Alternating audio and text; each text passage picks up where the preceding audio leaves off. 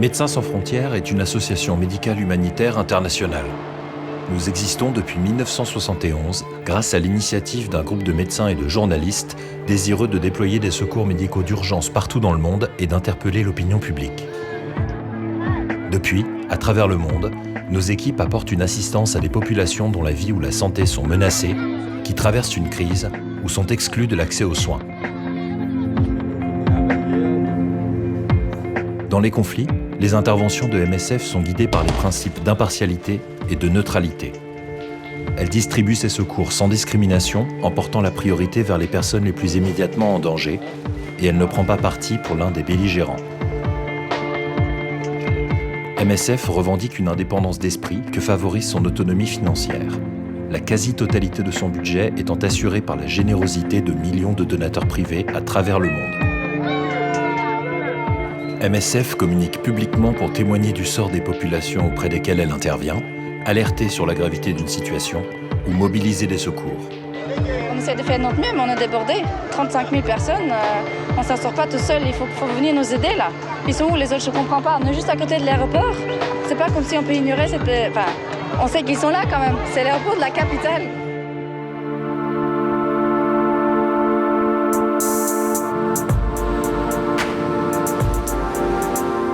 Le cœur de l'action de MSF est d'apporter des secours médicaux quand le système de santé d'un pays n'est pas ou plus en mesure de le faire.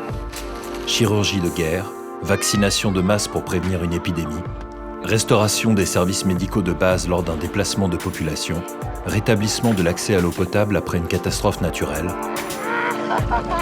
Ces actions visent à toucher le plus grand nombre en urgence. Mais l'activité médicale de MSF vise aussi des individus, des communautés isolées, délaissées par leur gouvernement ou négligées par l'industrie pharmaceutique.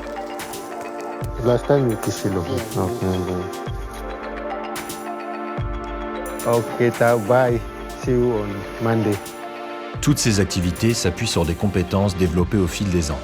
Intervenir dans des environnements précaires implique une logistique capable de préparer, acheminer et stocker tout ce dont les équipes peuvent avoir besoin sur le terrain.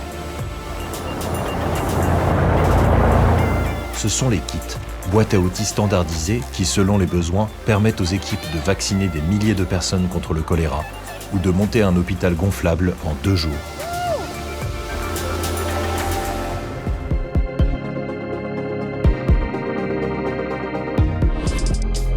Près de 90% du personnel sur le terrain sont employés localement. Les autres sont des expatriés.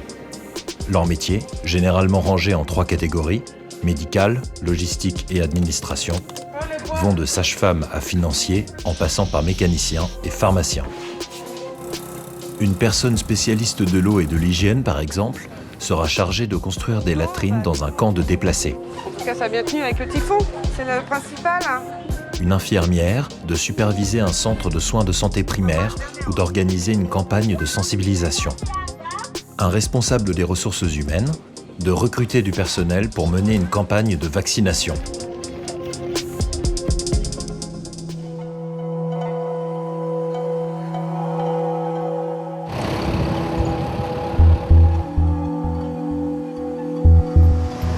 Près du tiers des projets de MSF se trouvent dans des zones de conflit. Dans le chaos de la guerre, MSF s'efforce d'apporter des soins chirurgicaux aux victimes des combats, mais aussi de rétablir l'accès aux services sanitaires de base pour l'ensemble de la population.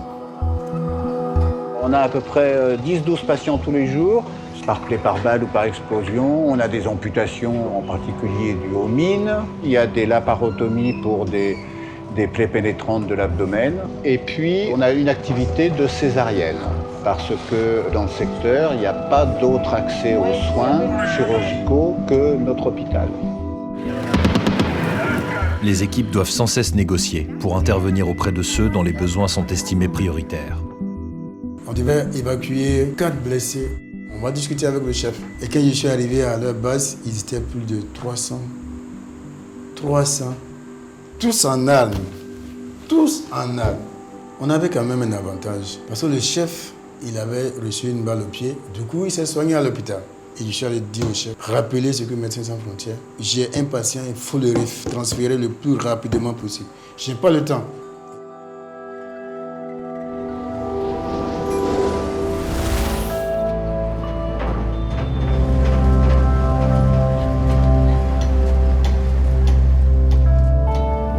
un peu un paysage apocalyptique, quoi. On était à J6 après le typhon. Il y avait encore énormément de débris partout. Les immeubles étaient quand même très endommagés.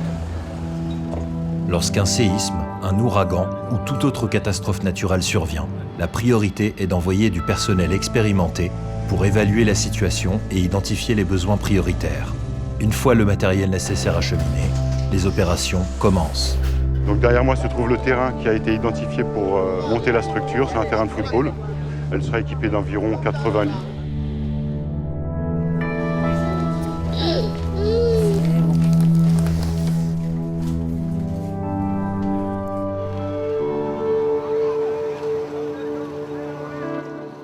Soumises à la promiscuité des camps, confrontées au manque de nourriture et d'eau potable, les populations déplacées par les conflits ou les catastrophes naturelles sont particulièrement exposées à la rougeole, aux maladies diarrhéiques, aux infections respiratoires, au paludisme et à la malnutrition.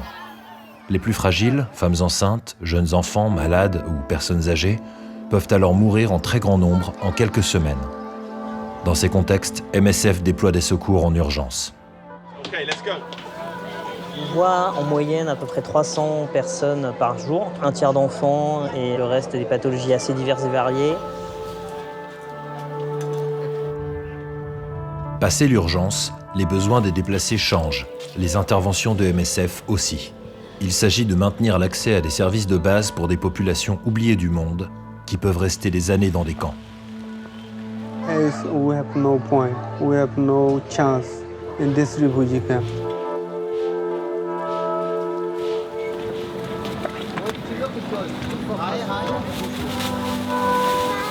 MSF intervient aussi auprès des personnes vulnérables sur les routes migratoires en Europe, en Amérique et en mer Méditerranée. Je vais vous distribuer des gilets de sauvetage.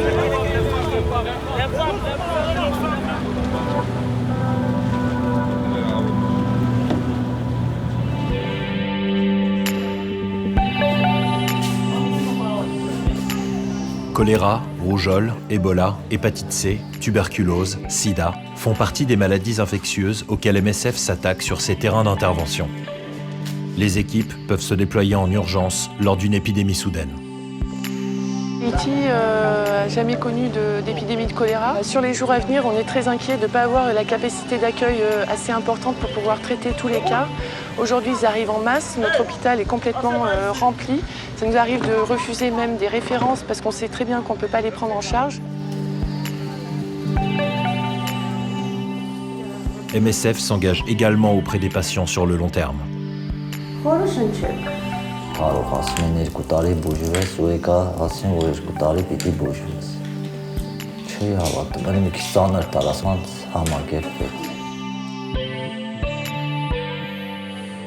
Toutes ces opérations sont gérées par 6 entités opérationnelles, appuyées par 26 associations à travers le monde et animées par un bureau international.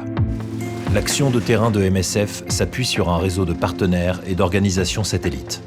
Qu'il s'agisse de mener une réflexion critique sur l'action humanitaire, de militer en faveur de l'accès au traitement pour les malades négligés par l'industrie pharmaceutique, de mener des études épidémiologiques, de participer directement à la recherche médicale ou de gérer une centrale d'approvisionnement, tous ces partenaires jouent un rôle essentiel dans la mission de MSF.